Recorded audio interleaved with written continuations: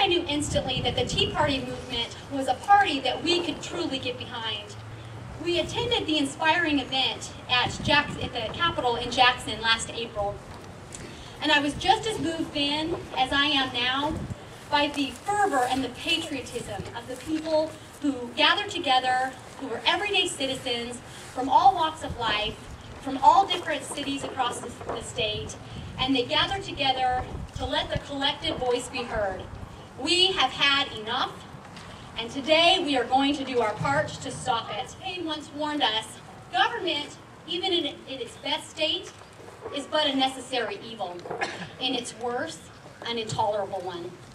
Our government has indeed reached an intolerable state. To illustrate just how taxed enough already, which is what the T in Tea Party stands for, to illustrate just how taxed enough already we, the people, are, I've created a little scenario for each of us to ponder. How many of you would like to go with a few of your buddies, maybe take your dog along, and go camping for the weekend? Maybe you'll bring along your shotgun for hunting and tow your motorboat for some fishing. Well, your weekend excursion will involve a dog's tax, a fishing tax, a firearms tax, a hunting tax, a gas tax, a recreational vehicle tax, a watercraft registration tax, a vehicle license registration tax, and a vehicle sales tax.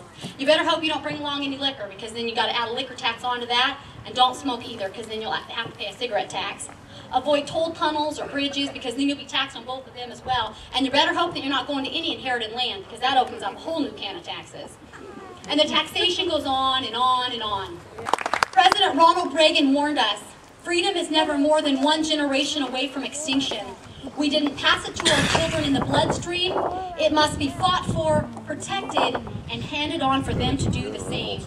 People, today our freedoms are indeed one generation away from extinction. This year is being lauded as one of the most important election years in history. We must become the informed electorate that our founding fathers envisioned. We must pick conservative candidates and then be willing to go out and work for them.